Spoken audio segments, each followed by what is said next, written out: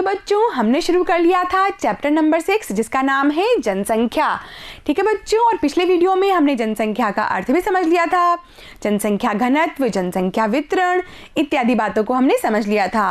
और बच्चों हमने ये भी जाना कि भारत के पास में क्षेत्रफल की दृष्टि से विश्व का कितना भाग है, मात्र 2.4%, लेकिन जनसंख्या की दृष्टि से हमारे पास में विश्व की 17.5% जनसंख्या निवास करती है।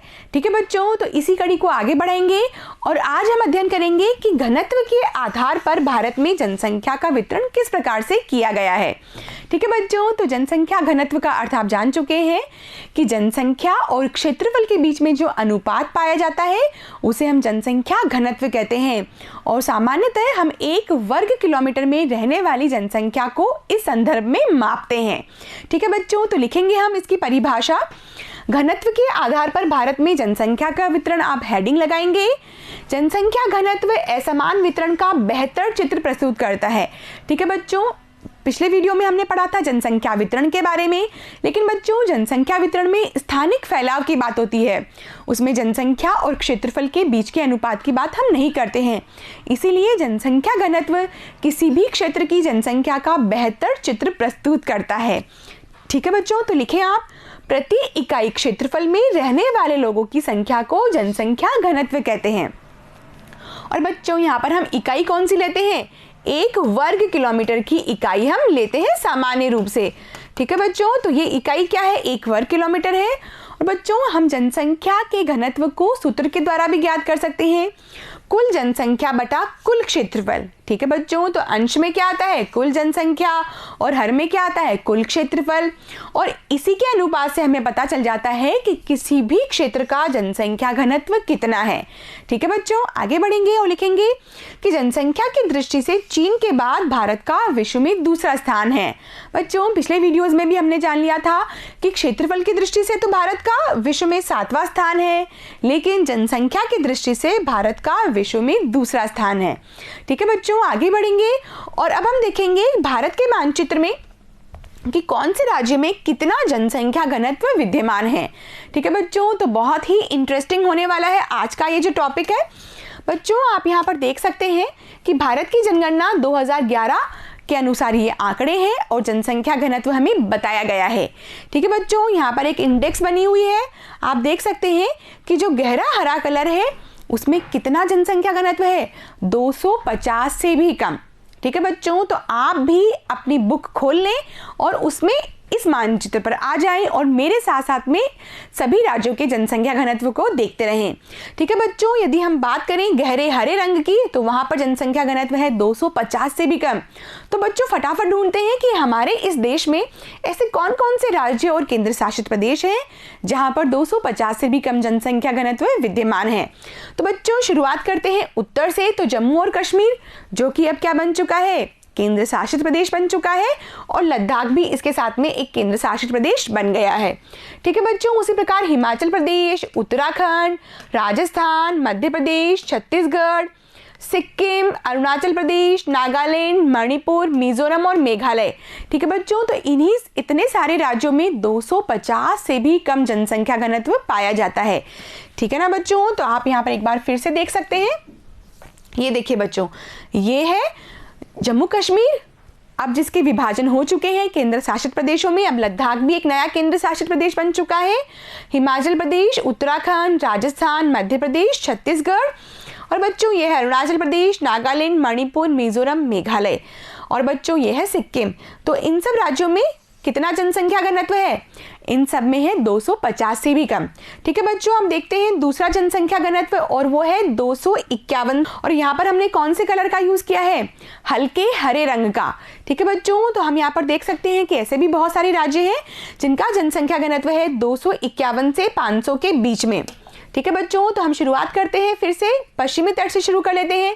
ये देखिए बच्चों, गुजरात, महाराष्ट्र, गोवा, कर्नाटक, आंध्र प्रदेश, ओडिशा, झारखंड और असम। ठीक है बच्चों, तो इन सब राज्यों में 251 से 500 के बीच में जनसंख्या घनत्व पाया जाता है। उसके बाद में बच्चों पीले रंग से बताया हुआ है 501 से 750 तक का जनसंख्या घनत्व। तो बच्चों देखें कौन कौन से राज्य हैं। तो बच्चों हम देख सकते हैं कि पंजाब और हरियाणा ठीक है बच्चों, और इसके अलावा ये है तमिलनाडु। तो 3 ऐसे राज्य हैं जहां पे जनसंख्या घनत्व है 501 से 750 के बीच में। ठीक है बच्चों, उसी प्रकार यदि हम और आगे बढ़ते हैं तो देखते हैं कि 751 से लेकर 1000 तक का जो जनसंख्या घनत्व है वो कहां पर है। तो बच्चों वो है उत्तर प्रदेश में और केरल में। ठीक है बच्चों, तो 2 ऐसे राज्य हैं जहां पर जनसंख्या घनत्व है 751 से 1000 के बीच में।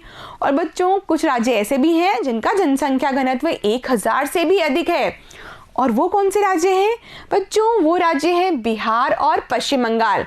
ठीक है बच्चों, तो 2 मात्र ऐसे राज्य हैं जिनका जनसंख्या घनत्व 1000 से भी अधिक है। ठीक है बच्चों, तो हमने यहाँ पर देख लिया है कि भारत के कौन से राज्य में कितना जनसंख्या घनत्व विद्यमान है। ठीक है बच्चों, तो आप भी इस प्रकार से इस इंडेक्स का यूज करते हुए अपनी बुक में इस मानचित्र का यूज करेंगे और सभी राज्यों के जनसंख्या घनत्व को आप विभिन्न श्रेणियों के अंतर्गत डालेंगे। ठीक है बच्चों, आगे बढ़ेंगे और अब हम देख लेते हैं कि भारत का जनसंख्या घनत्व कितना है। ठीक है बच्चों, तो लिखेंगे हम, और हम ये सारे के सारे आंकड़े कौन से वर्ष के यूज कर रहे हैं बच्चों? वर्ष 2011 के आंकड़े हैं ये। तो भारत का जनसंख्या घनत्व था बच्चों 382 और सबसे अधिक जनसंख्या घनत्व है बिहार राज्य का 1102। और बच्चों सबसे कम जनसंख्या घनत्व है अरुणाचल प्रदेश राज्य का, जहां पर मात्र 17 व्यक्ति प्रति वर्ग किलोमीटर जनसंख्या का निवास है। ठीक है बच्चों, तो यहाँ पे हमने भारत, बिहार और अरुणाचल प्रदेश तीनों का जनसंख्या घनत्व जान लिया है। ठीक है बच्चों, जनसंख्या घनत्व के आंकड़े किसमें हैं? प्रति व्यक्ति वर्ग किलोमीटर में है।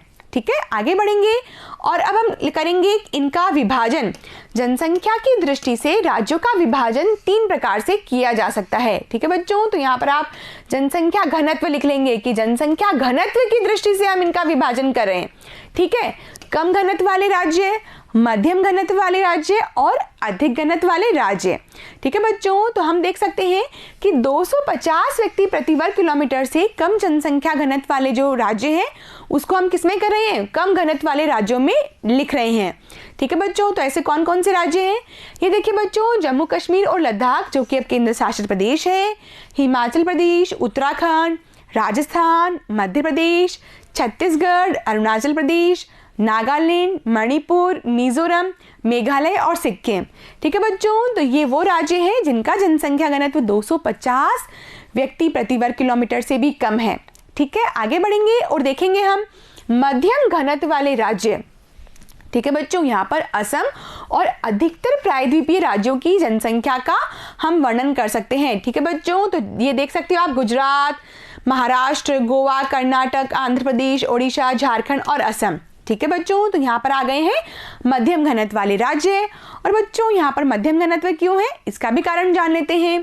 पहाड़ी, कटे छटे एवं पथरीले भूभाग, मध्यम से कम वर्षा, छिछली एवं कम उपजाऊ मिट्टी इन राज्यों के जनसंख्या घनत्व को प्रभावित करती है। ठीक है बच्चों, तो हम जानते हैं ना कि भौतिक कारक, जलवायु कारक किसी भी क्षेत्र के जनसंख्या के वितरण को और घनत्व को प्रभावित करते हैं। ठीक है, आगे बढ़ेंगे और अब हम देखेंगे अधिक घनत्व वाले राज्य।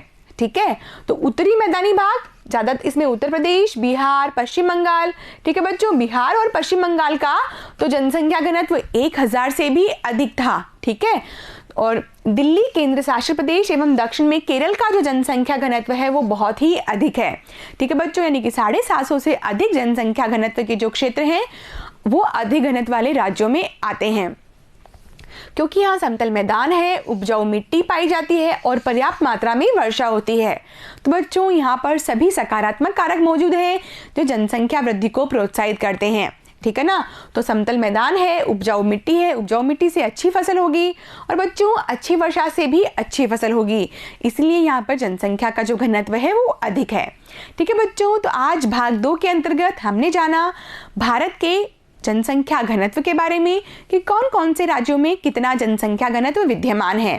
ठीक है बच्चों, तो आप इस भाग के महत्वपूर्ण बिंदु बनाएंगे और साथ ही बच्चों अपना होमवर्क भी करते चलेंगे।